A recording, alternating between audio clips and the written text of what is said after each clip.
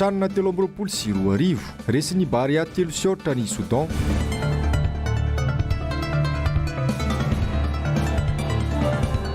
Rina Randriamasinoro miantso firaisan-kina amin'ny fanaraha-maso ny fifidianana.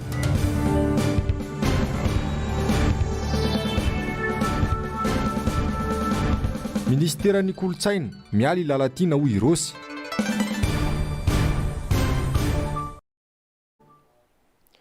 Anterina indray ny araba tompoko lasy sy tompoko vavy atonga soa indray nao ato anatin'ny fotoana ny fampalalam-bavao ny fahita lavitra MBS. Manasanao mpanajana sy ampitiavana indray ny tenako hanaraka izany hiatra amin'ny farany.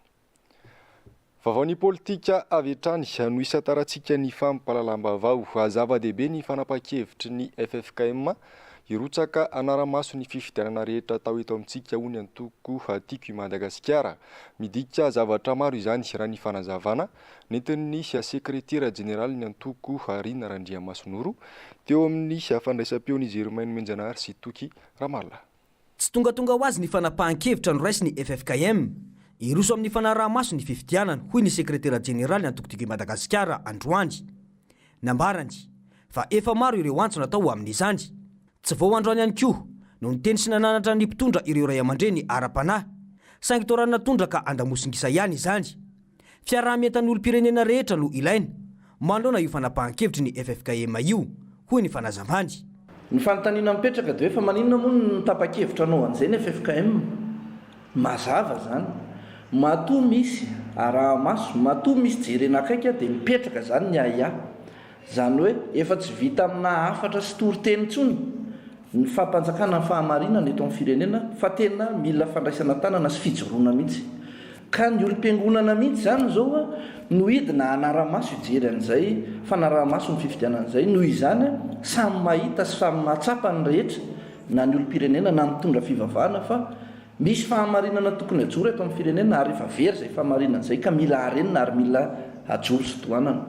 Ka manamafy an'izay zany eto miantso ny olom-pirenena rehetra, miantso ny herivelona rehetra mihitsy hanamafy an'izay ezaka ataon'ny FFKM izay na ny fijoroana mitena milaza ny tsy fahamarinana na indrindra moa ny fandraisana andraikitra feno izay ohatry ny ataon'ny FFKM fa eto dia mampatsiahy ihany hoe processus l'élection mandeha zany tsika zao ao anatina réforme de la liste électorale dia efa hifarana zany zao izy amin'ny 1 janoary hatramin'izao moa na ny décret nafahana nanitatra an'izay raha mbola tsy nahita ny be sy ny maro fa aloha mba raha maso akaiky na ny fanaovana ny réforme satria mibazy ny élection dia ny lisam-pifidianana madio. Ny faharoa manaraka izany dia zao antso ihany koa no atao amin'ny rehetra ny herivelona rehetra reo anatin'izany ny fiangonana na ny FFKM no manao hoe io fifidianana zay ho arahantsika maso io mila jerena mihitsy na ny lalàna sy ny pitsopitsony rehetra ahafahana manao an'io.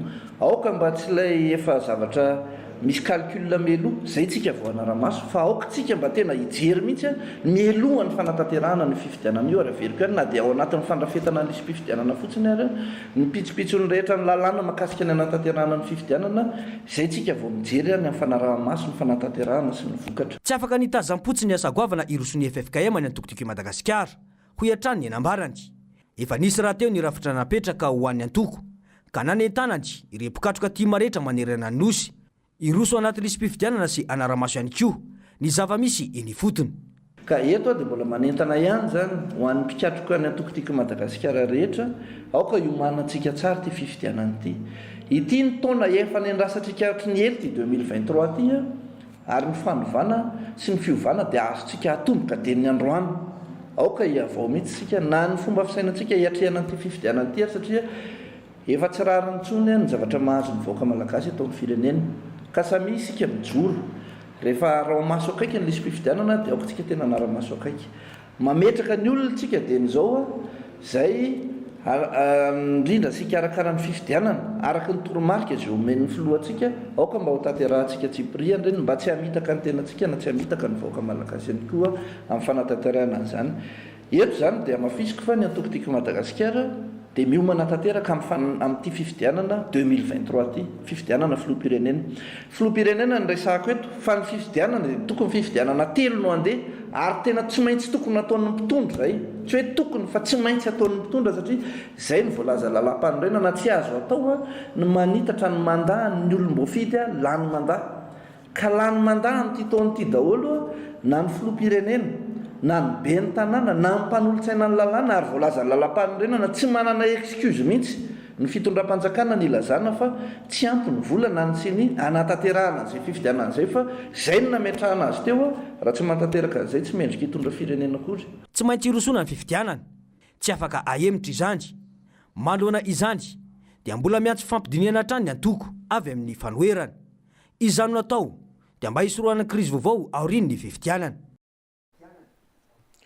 Eo amin'izay pejy ny politika sy ny raharaham-pirenena izay hatrany nivoaka tamin'ny fahanginany manoloana ny fampitambavao nataon'ny masoivon'ny la Frantsa miasa sy monina eto Madagasikara momba ny fifidianana sy ny anosy malagasy omaly anko ny antoko politika otrikafo androany. Nazava ny valikafatra nataon'izy ireo androany sy tsy azo atao atiry vaimanta ny fifidianana fa misy fifanarahana manokana aza fa maro ny fanovana tokony atao amin'ny alalan'ny fifampidinian'ny ankolafikely rehetra. Ando miaratina Manorandria Malala. Aina ho misy kajikajy manery ankolaka ny fanjakana malagasy tsy maintsy iroso amin'ny fifidianana amin'izao endriny izao ny faneho-kevitra mendrika fanambarana nataony masivon'ny la Frantsa omaly ny amin'ny tokony sy ny fifidianana amin'ny taona ity.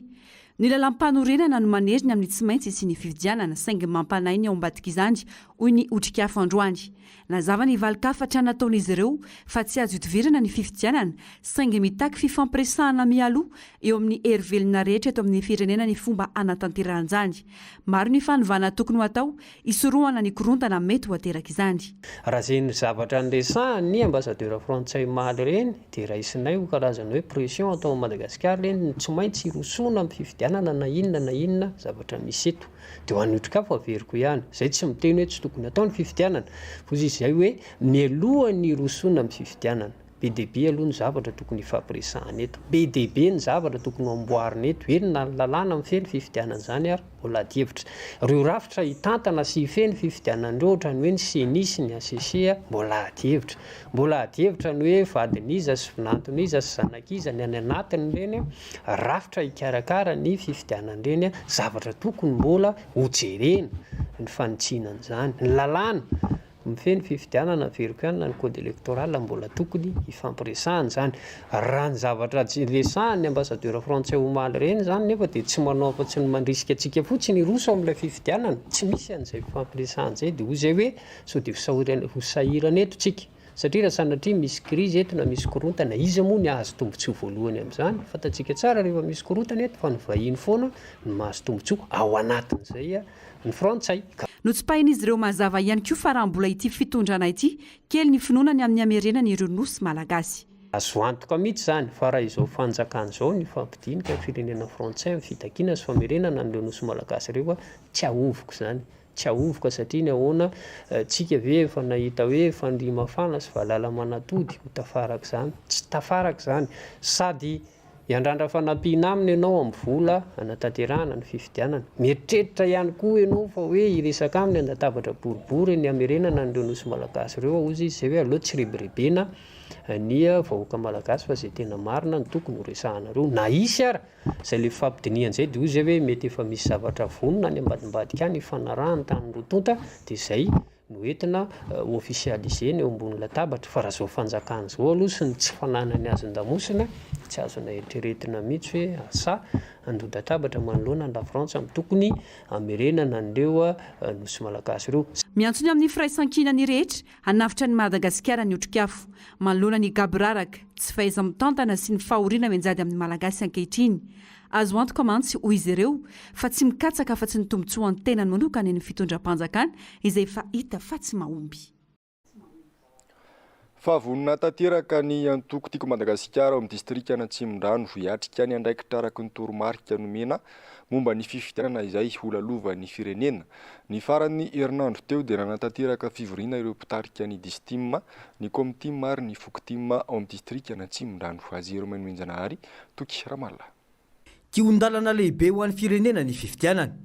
Tsy azo ataony mandromandro manana aretina, manoloana ireo tsy fahatomombanana amin'ny fanomanana ny fifidianana. Io no nambara nisy olombavambahoaka voafidy tamin'ny anarana ny Antokotimo tao amin'ny distrikany Antsimondrano amin'izao ankatoka ny fiatrena ny fifidianana izao. Efa ho anatin'ny fahavononana tanteraka ny Antokotimo hiatrika izany ary manana adidy amin'izany ny mpikatroka eny fotony ka antony fivoriana izay nataony ny farany herinandro teo tetsy andoharany fotsy.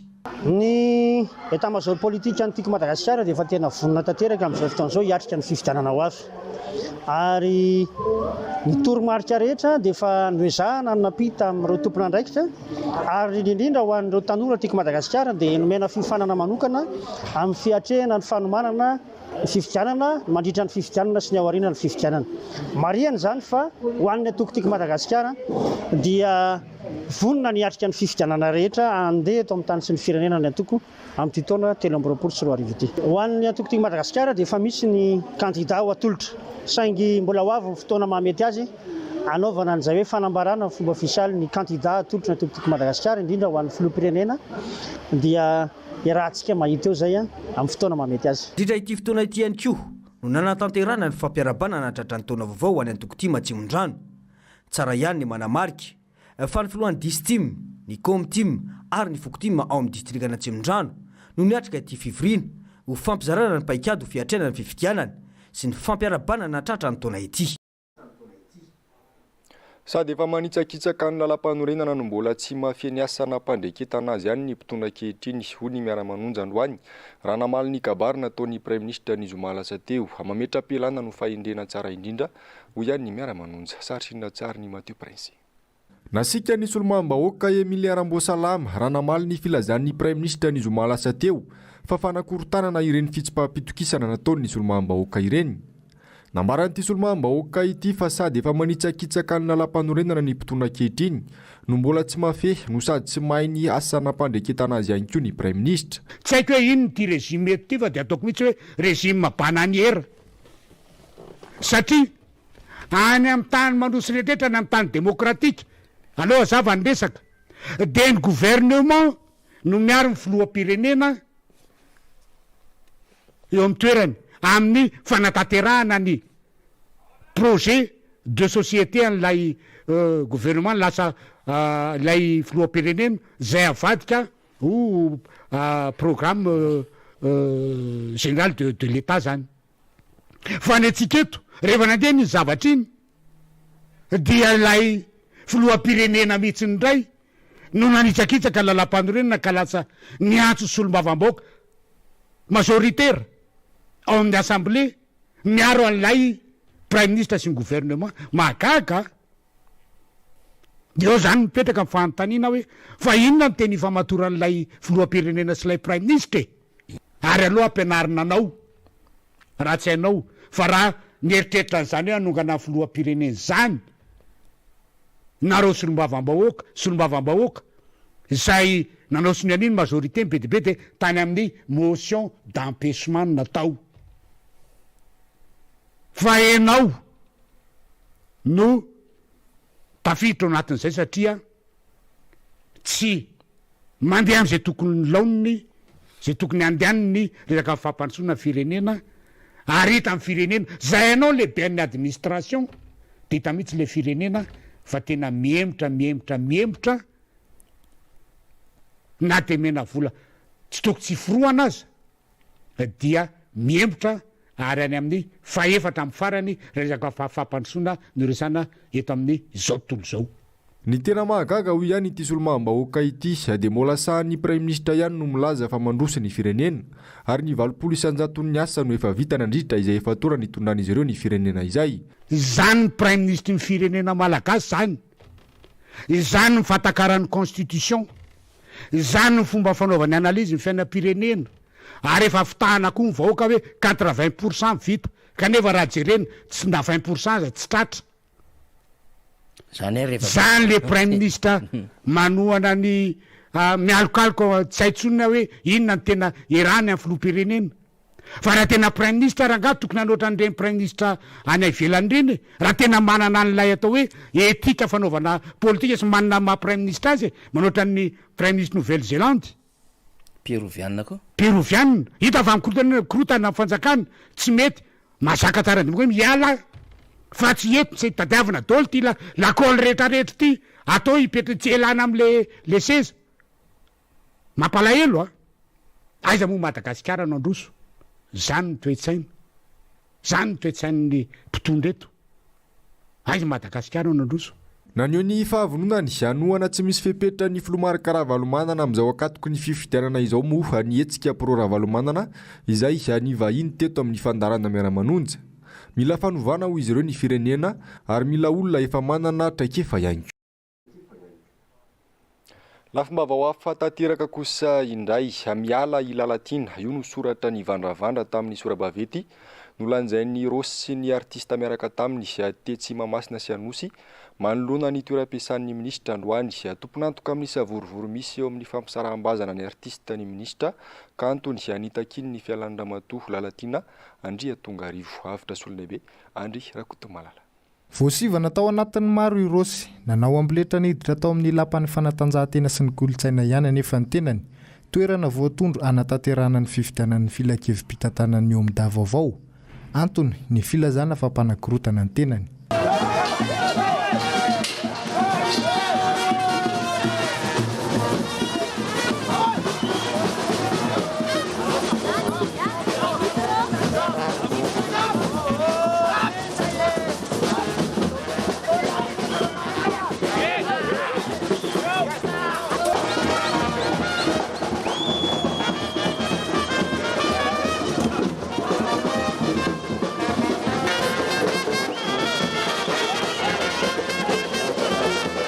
Rangory fototry ny hafa amin'izao savorovory izao ny ministry ny serasera sy ny kolotsaina ary tsy afa-miala amin'izany izy. Nisy nanelitsao anefa fa anakorotana izay anao loam-boto satria izay le jilam-boto. Ny ministera tokony olona andamina. Ny ministra tokony olona andamina. Ampangaiko ny ministra ho mampiady ny tanora mba aminay olo-dehibe. Ampangaiko ny ministra manao compte fake manala baraka ny isan'andro. Ampangaiko ny ministra ho tsy manaiky ny ankety nataon'ny IGE nadio mitarika anay, nataon'ny Bianco nadio ny mitarika anay, sy ny CA nataon'ny interna telo taona contrôle olona ray, rehefa madio le olona dia nindroany normal ve zany, ary rehefa ndroany dia ny olona nanao contrôle nataon'ny solazy eo olona avy amin'ny freedom tsy ekenay zany. Ko satria efa mihoatra ny zavatra dia agnatanay nanasorana an'io rehefa tsy afaka moa izy président mamafy be dia sarao fotsiny raka aloha izy karakara mpanao gazetiny fa mpanao gazetiny milamina fa zay ato miady an-trano zay lazaina fa mpangalatra za tsy mangalatra zany nama ndao samy savaina iza nanakarembe eto dia iza mbola mafiady kely miaraka amin'reto manakarena ve dia banlaisany Lalatila elle nous prend pour des cons. Maninona ny atao tapitapika efa mivory tany izy menakavy dia efa mivola Roberto sy ny tropiny. Tsy ny olona teo fa noho ny lalany nakeny amin'ny bureau ramatoa ministra i Rosy sy ny artista niaraka taminy nitaky ny fialan'ny ministra. Efa niantrana teny atoerana ny mpitandro ny filaminana, niambina ny vavahady sy ny teo amin'ny manodidina. Tsy tao atoerana ihany koa ny ministra, Ravamaina ny hetsika.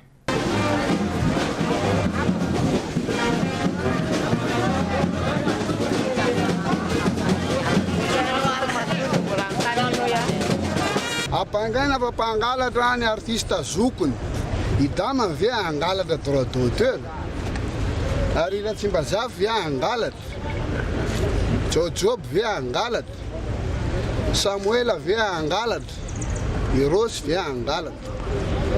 Ambakambakaina le zaza kely tateorina satria tsisy nina fatany eo. Reo foana ny ao zareo mitovy, inona ny zaraina mitovy, mivola mpidirinao ny raisinao ao fa tsy misy hoe ministera manome volanay.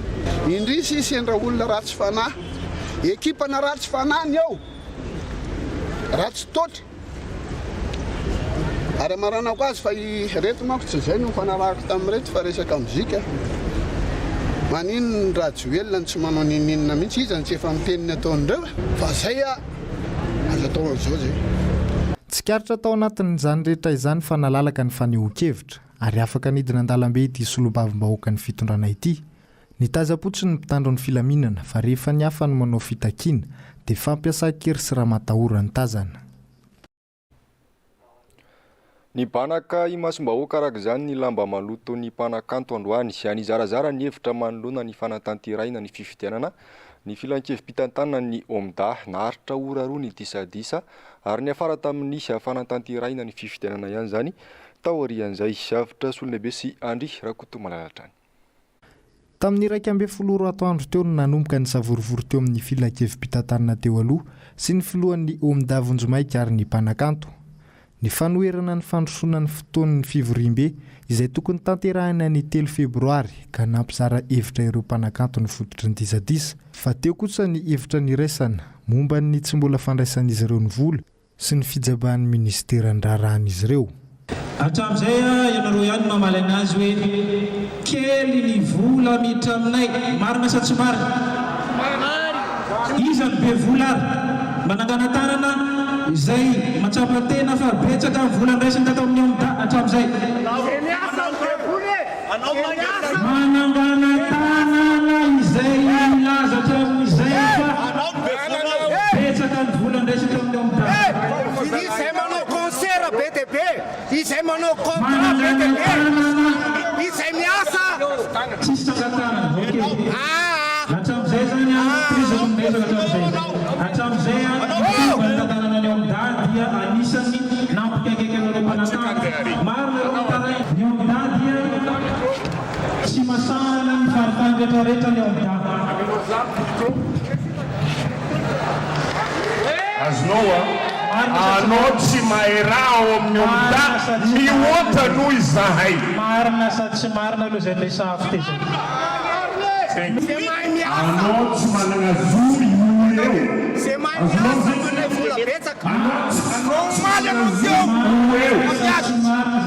Io zalahy io an tsy mahazo mitarika raha eto. Io talia ambondy maika io tsy mahazo. Azonao zay raha ohatra ka zay ka tainao tsy keko.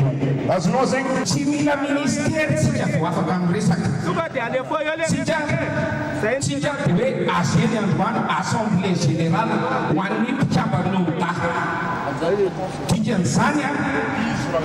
Dikan'izany itsika mpikambana no iona fotoana zao afatsika miresaka noho izany mangataka izay niza sakanavaka rehefa tsy mpikambana omda mba hivoaka na ministera arany.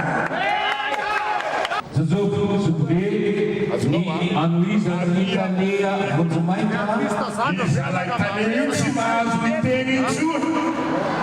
Zay no fandaminana izay aloha pitranao rehefa totalia Anao tsy mahazo ny vola fa zaho anaty volana raiky zaho.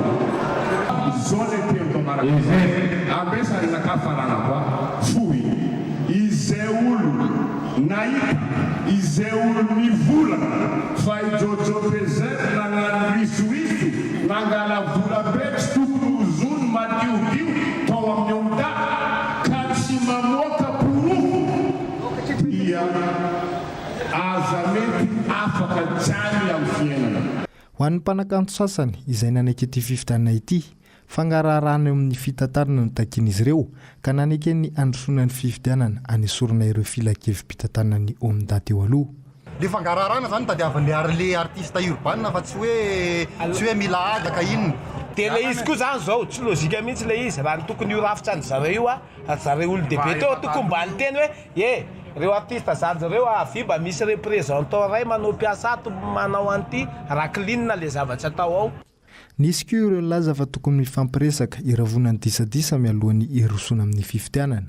Amiko manokana aloha dia tokony tsy miroso amin'ny fifidianana fa andao aloha ifampidinika aloha inona no marimaritra iraisana zay vao irosona izay fifidianana zay fa tsy dia maika loatra zay foana mantsy ny problème eto amin'ny firenena hoe priorisation de priorité. Ny priorité amiko dia ny fihavanany samy mpanao kanto eto amin'ny firenena. Nilaza ny talia jeneraly eo anivon'ny ministera fa tsy misy afa-tsy ny fanendren'ny filoham-pirenena ny filohan'ny omda ihany no vahaolana amin'ny famahanany olana mikasika ny tsy famoahan'ny volan'ireo mpanakanto. Satria io ihany ny mampikatso ny famoaham-bola eto amin'ny omda, ny fampidiram-bola amin'ny omda dia mandeha, ny perception mandeha to fa ny famoaham-bola zony mpamorona ihany tsy mandeha karaha mampiasa mandeha somary tara eo amin'ny 2 andro 3 andro foana izy no lafo ny ara-pikarakarana tara. Ny volana novambra 2024 no efa nanomboka ny amafy ny hetsika nataon'ireo filakevim-pitantarana ny omda ireto. Nateo aza ny fizarazaran'ny mpanakanto dia ny fitakiana ny amoahana ny volan'izy ireo no voatoatin'ny fitakiana. Ny ravina ihany ary ny roso tamin'ny fifidianana izay ho filakevim-pitantarana vaovao ny rehetra Voafidy ireo solo tena efatra avy amin'ny sokajy mozika dia Jojoby, Zokovonjy, Tontompa ary Meza. Andrasan'ireo mpanakanto telo anampy azy ireo andrafitra ny filakevim-pitantanana ny Omda vaovao ity. Vaovao mikasika ny toetry ny andro sy ny fivoaran'ilay rivo-doza Seneso kosa indray. Tany amin'ny 80 kilometatra andrefana somary avaratra andrefa ny Morondava no nisy ny foibe ny Seneso tamin'ny 3 ora tolakandro teo. Niakatra ho 20 kilometatra isan'ora ny rivotra miaraka aminy arahina tafiotra manodidina ny 10 kilometatra isan'ora. Tsy ahina ny verenany an-tanety hafa kosa ivoatra any amin'ny hamahirin'ny 100 kilometatra miala ny morontsiraka izy atao anatin'ny 5 andro manaraka. Araka izany dia ahina ho mbola voakasiky ny tafiotra ireo distrika amin'ny morontsiraka Menabe sy Atsimo andrefana iny. Mbola ho betsaka ihany koa ny rotsakorana amin'ireo faritra voalaza ireo. Entanina ihany koa ireo mpampiasa ranomasina mba tsy handrika satria mbola mikorotana tanteraka ny toetry ny andro. Vaovao ny sosialy kosa indray adiny 12 no tapaka ny jiro ny sabotsy ary ny tony alahady teo teny Tosy sy ny manodidina teny. Manoloana ny fatapahan-jiro sy rano matetika ny Tosy izay dia nampiakapeo ireo olom-boafidy ao amin'ny distrika na Tsimondano. Nambaran'izy ireo fa inona iamafy ny mety ho fihetsiky ny mponina eny an-toerana raha tsy misy ny fandraisana andraikitra ataon'ny fanjakana momba izay jiro sy rano izay. Zero Mainomenjanahary Tokaramarolano nanao ny fanadihadiana. Nanomboka ny farany herinandro teo dia zara raha misitraka jiro sy rano ny mponina eny Tosy, Andranona Oatra ary Ambohidrapeto. Maharitra ora maro ny fahatapahana izay miteraka fiantraikany mafy amin'ny fiainana andavanandron'ireo mponina. Raha ny farany herinandro teo ohatra dia nanomboka tamin'ny 5 ora maraina ka hatramin'ny 8 ora alina no tapaka ny jiro ny sabotsy. Ny toy izany ny alahady ka natonga ny fihetsiketsehana nataon'ireo mponina ny alahady hariva teo ho an-tampony Tosy. Tsy ny jiro ihany fa hatramin'ny rano no olan'ireo vahoaka ireo, hoy ny ben'ny tanàna ao amin'ny komina Andranona Oatra. Mifoky tanaka sabra komina Andranona Oatra dia efa mataona maro nana problema rano. Fa tena mijaly ary mijaly rano tokoa izay ny faritra Tosy eny rehefa komina Andranona Oatra Ambohidrapeto sy ny manodidina. Tena tsy mandeha mihitsy le izy ary misy fotoana izy teo aloha teo raha mandeha le lasa menamena be reny. Dia amin'izao fotoana izao tsy mandeha tsonindray izao dia tsy fantatra inona ny tena olana. Momba ny jiro indray tena iny jiro dia tapaka isan'andro. Tena iny dia raha malala iny tapaka isan'andro ary amin'ny alina iray manontolo izy io matetika ny tapaka. Dia raha vao mponiny Tosy kosa aloha raha vao tapaka ny jiro ka andro atoandro dia tonga dia iny le olona le mandoro pneu. Ny fantatry ny olona dia hoe mba tokony mandoa jiro ny olona, mandoa rano ny olona dia tokony mandeha ny jiro sy rano. Le mpandra rano tena olana. Na izay komina zao dia tsy afaka miasa raha vao maty ny jiro.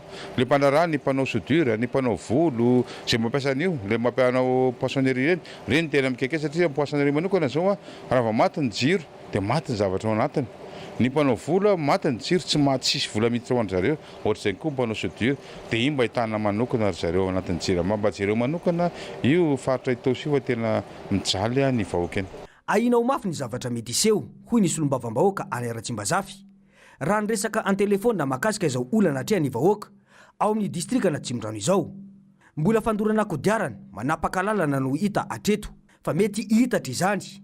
Raha sanatrika mitoy ny tsy fandraisana andraikitra momba io, raha ny fihetsika mponina, hoy ny fanazavany. Ny sabotsy sy alahady dia tena tapaka lava reny manomboka amin'ny 5 ora maraina ka mandrapahaviny amin'ny 7 alina. Izany no iainan'ny mponina ka ankehitriny dia manao antsoavy ny solombavam-bahoaka amin'ny ireo mpanatanteraka eo anivon'ny JIRAMA, eo anivon'ny ministeran'ny enerzia mba hamaolana ny sehatry ny jiro sy ny rano amin'ny faritra Tosy sy ny manodidina iny satria tena mahatsapa zareo fa tena tsy misy mihitsy ny ataontsika hoe ny fandraisana tanana. Matoa miverina toy izao foana ny olana mahakasika ny jiro sy ny rano amin'ny faritra Tosy iny. Minimarenina vesa tsy mahita ny zava-misy ny fitondram-panjakana fa matetika ny vahoaka rehefa maneho an'izay atezeran'izay mihitsy satria dia sesilany loatra ny fijaliana mahakasika an'izay resaka herinaratra sy ny rano izay eny amin'ny faritra iny. Raha ny fahitana ny fihetsika ny mponina ny toerana dia hitantsika fa efa misy ny firaisankina ny mponina eny, misy ny antsoina hoe Tosy Uni amin'izao fotoana izao.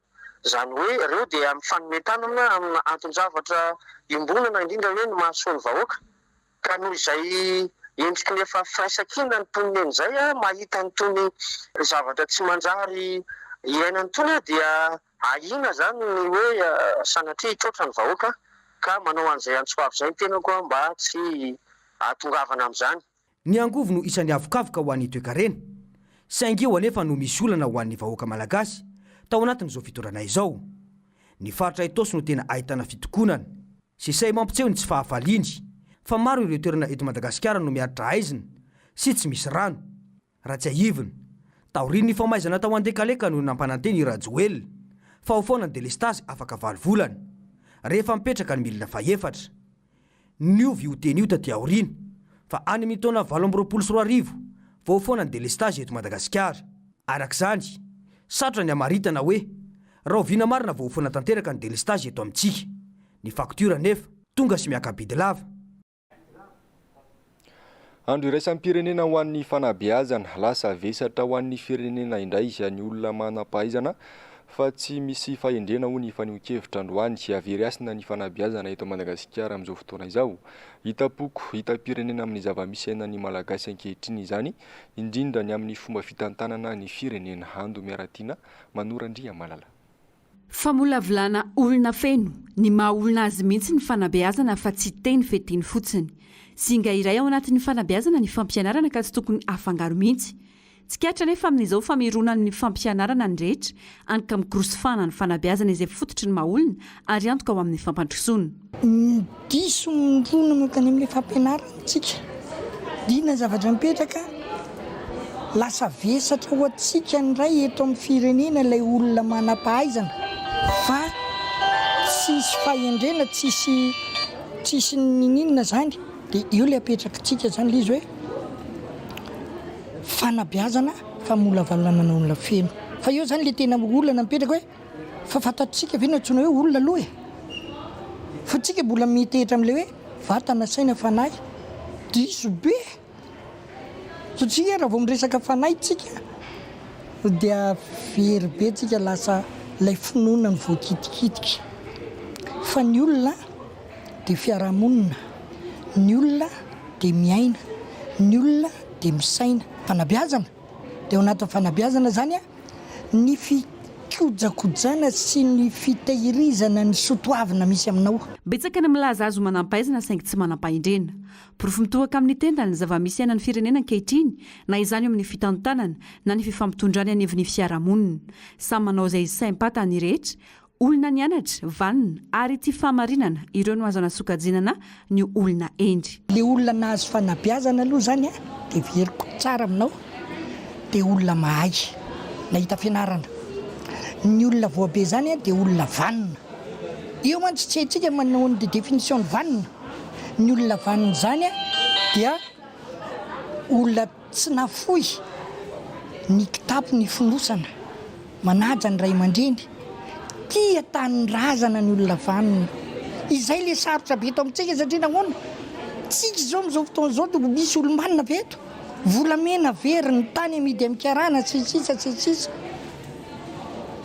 Olona tsy voabe reny fa olona ino ny bizina.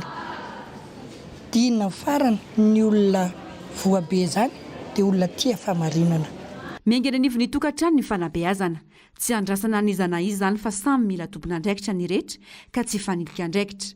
Raisy ny ray aman-dreny ho adidy goavana ny fanabeazana ny zanaka, olom-banona oriarian'ny fianakaviana sy ny fiarahamonina. Maro anefa ny sakana tsy afana manatanteraka izany, indrindra amin'izao fahasahiranana izao. Ao amin'ny ankohonana angamba ny tena etombohana dia makaty amin'ny fiarahamonina ilay izy rehefa avy eo. Fa amin'izao fotoana izao ohatran'ny sahirana ny olona dia ohatran'ny somary goragora kely le fanabeazana amin'izao fotoana izao, somary tsy dia voafehy loatra intsony zany ilay izy, ohatran'ny eo amin'ny lafin'ny fitondran-tena aloha dia manana mahay mitondra ny tenany izy zany eo amin'ny lafin'ny fahalalana, manana faripaitsana. Nefa na io ary ny fahalalana le fahendrena angamba ny zava-dehibe indrindra aloha, na io ary le fahaizana dia le olona rehefa endry zany dia izay. Tsy haiko hoe inona moa no hamaritantsika an'le hoe endry. Satria ny ankizy iray zany nandoavana 7 sy 5 alina ny ankizy iray dia niteny amin'ny lycée moa ohatr'izay ihany masevasevatra. Teo amin'ny 600 000 teo ny frais généraux. lafolafo ihany zany satria amin'izao mbola mpampianatra so tamin'ny fidirana mpianatra amin'izao tsika miteny zao tsy ampy raha ohatra ka hoe mianatra fotsiny ankizy any an-dakilasy misy fanaraha-maso ray aman-dreny ho an'izay mahafaka manana possibilité hanao cours afaka hoe manao cours na manao activité afaka ohatran'ny hoe fianarana any an-dakilasy satria fianarana an-dakilasy zany ohatra hoe na dia hoe fa lasa misy bibliotèque sy ny ohatra zany any amin'ny am-pianarana ohatra hoe any amin'ny CEG fa misy ny ankizy hoe misy activité hafa ataony ankoatra ny fianarana nefa leo amin'le fandaniana ray aman-dreny zany mety hoe betsaka ny ray aman-dreny tianao an'izay fa tsy maraka le fidiram-bola. Maria isaky ny 4 janoary tahaka izao ny andro iraisam-pirenena ho an'ny fanabeazana. Anisan'ireo firenena manome lanja izany i Madagasikara, saingy tsy mbola tratra ny tanjona raha ny zava-misy ankehitriny.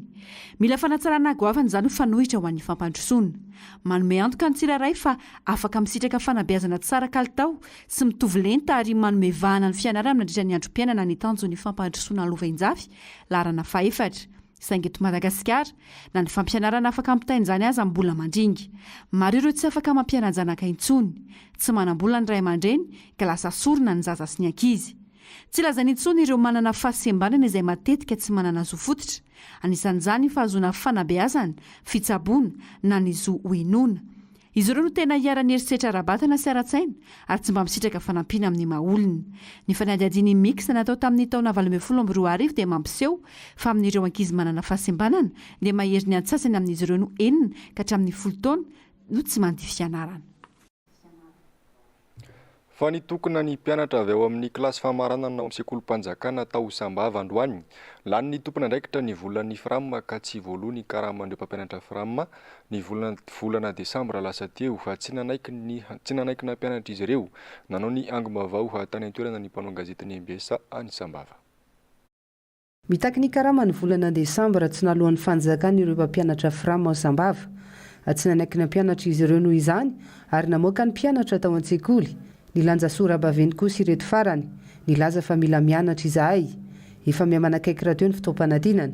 Ny roatra nanao dia be izy ireo, ny tabataba ny taky ny zony. Ny fianarana nefo doane 500 000 tsy mitovy amin'ny tany jiaby voe mara zao 400 000 450 le vohitra tsy tapoka jiro tsy tapoka iny mandeha tsara fianarana ny nefa 600 000 nandeha 500 000 iske lanjare volane jiaby zay ty antra zay ty kule classe d'examen ary angala baka ary zay ko tsy jiro e 3 mois tel taogno jiro tsy voaheva. Raha ny fantatra lany tompony andraikitra ny volan'ny Frama. Efa nisy ny fifampiraharana natao ary manaiky ny andony volan'izy ireo ilay tompony antoka tamin'izany. Tsy maintsy vanaingana ny olana hono lehibe ny Sisco Sambava ary andraisana fipetraka kosa ireo mpampianatra mbola minima moka mpianatra ao an-dakilasy. Eo amin'izay vaovao ny fampianarana izay hatrany ny sokatra nanomboka omaly ny fisoratana anarana ho an'ireo mpianatra anala fanadinam-panjakana CPE 2 volana no fe-potoana ananan'ireo ray aman-dreny anantanteraina izany izay tapitra ny 15 martsa 2024 ny fanadinana CPE izay tsy ahivina fa ny 20 jona ho avy izao tsy mbola misy araka izany ny fanafoanana ity fanadinam-panjakana ity. Vaovao ny fanatanjahantena kosa indray nivoaka mpandresy tao amin'ny vondrona seny Bariany Madagasikara tsara ny lalao ary afapo ny mpanazatra raha ny fanehoan-keviny hiatrika ny ampahefadalan'izy ireo ka hiatrika any Mozambika avitra Solonaibe sy Andry Rakotomalala. Nampiseho ny fahaiza-manao ny Malagasy tao amin'ny kianjany Amlaoui tao Constantine. Vao 3:30 minitra dia 3 no aotra ny lalao. Hita fa nanana teknika sy traikefa ny Bariany Madagasikara hoy ny olom-pirenena.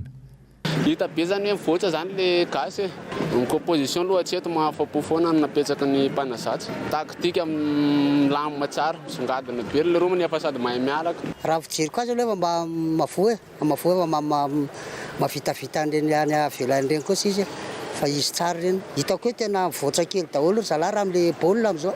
Teo amin'le maîtrise de balle fotsy zareo zany no tsy ny faible kely zareo satria misy fotoana velively ny baolina mitakisa fa tsy mahay baolina. Za zany tamin'ny voninahitra trano reo dia nieritseritra hoe maivana ihany le barrière oharina amin'le hoe Maroc sy le Soudan sy le anankiray sy le Ghana. Nefa ankay tena nivadika be tamin'izay mihitsy le zavatra nieritseretiko dia sy ny tsara le izy oui mety zalo sura fa raha hoe ohatsy foana tsy miova ny lalao dia assurena ihany hoe tafakatra final hoe finaliste zany fa eo miankina amin'ilay adve kosa aloha le hoe azona le amboara sy ny ohatr'izay ho an'ny mpamakafaka baolina kitra tombony ho antsika malagasy ny fahafantarantsika ny filalaovan'ireo vahiny mila fifatohana sy fanazarantena hatrany anefa ny bare ahafahana manarina ny lesoka madindinika tombony atsika ny fahalalana ny baolina kitra ka niany ohatr'izay ihany koa ny Soudanais fionana fanotelony ho antsika malagasy ny tamin'ny Soudan omaly iny ny voalohany izy matsika telony ray tany amin'ny tany avetsika matany teto amintsika iny ny maly terrain neutre tsika ny miona aminy ny Soudanais izay efa fantatra tamin'ny fionana tamin'ny Ghana fa tia milalao amina espasy hain'ny mpanazatra nefa ny nanoro ny mpilalao tamin'izay fomba filalaon'ny Soudanais zay tsy nahavita mihitsy ny Soudanais ka tonga dia vitantsika ny nanery azy ny indro kely fotsiny dia misy fotoantsika somary very kely le fifatohana ary io foana le tenenina hoe mila concentré hatramin'ny ora farany 20% ny filalaon'ny malagasy dia mety miainga amin'iny kitikitika sy afetsifetsena izay mifanaraka amin'ny toe-batantsika iny manoloana an'ireo le bokina be afrikanina ireo dia io ny nataontsika omaly iny ampianarina roa amin'ny mpilalao iny dia mahomby sy mety amintsika izay zavatra izay fa eo ambony kianja fa raha vao déconcentré kely indray mandehantsika dia hain'ny adversaire-ntsika ny manararoatra an'izay fahaverezantsika izay. Nilaza ihany koa ankilan'ny mpanazatra roro fa afapo tamin'ireo mpilalao nandritra ireo lalao roa ny fanesy. I Mozambique araka ny fandaharam-potoana no ifandona amintsika ao anatin'ny lalao ampaifadalana amin'ny 27 janoary amin'ny 7 ora alina eto amintsika. Toy ny mazatra dia isy ny fitantarana mivantana lalao ao amin'ny onjam-peon'ny MBS 5 teboka 4 FM. Farany eo amin'ny maresaka iraisampirenena eo noroahan'ny Rosia ny masoivo estoniana ny alatsinainy lasa teo namaly botana toy izany ihany koa ity farany niampy an'i Letonia izay samy nandroaka ireo masoivo rosiana tany amin'ny fireneny avy. Metraika any amin'ny firenen-kafa noho izany niady eo amin'ny Rosia sy Ukraina izay ady efa ho herintaona izao ravirazafa mahenina sy atahiriny. Ny 7 febroary izao farafahatarana no tokony hialao Rosia ny masoivo estoniana raha nambara ministra rosiana misahana ny raharaham-bahiny. Diplomaty noho izany no iandraikitra ireo raharaha rehetra amin'ny fifandraisany rotonta raha ilain'izany. Namaly ihany koa Estonia ka nandroaka ny masoivo rosiana ao aminy. Tao anaty fanambarana taratasy nilaza ny ministra ny raharaham-bahiny estoniana fa mitony fanohanana ny Ukraine na mikonikonina fanafiana mahery vaika azy i Rosia. Miantso ireo firenen-kafa iray hevitra aminay izahay ary ampitombo ny fanampiana ny Ukraine. Ho fiaramentana amin'ny Estonia kosa nandroaka ny masoivo rosiana tao amin'ny ihany koa i Letonia ary nanome fehim-potoana hatramin'ny 17 febroary izao. Taona vitsy lasa izay no nanomboka ny aratsy ny fifandraisana ary diplomatika teo amin'ny Rosia sy Estonia miaraka amin'ny Letonia, Estonia ary Litoania samy mpikambana amin'ny OTAN ary mangataka ny Allemagne izy ireo hanome fitaovam-piadinana Char Leopard hanampiana ny Ukraine hanoherana ny Rosia. Ny fandarana ahona marina, ny fandarana Global News ireo no arainao avy hatrany. Aorian'izao fampahalalam-baovao izao, aorian'izay kosa ny horonan-tsary indray miseho mitondra ny lohateny hoe avance trop rapide ny sampana fampahalalam-baovao. Mame fotoananao amin'ny raha mipitso indray.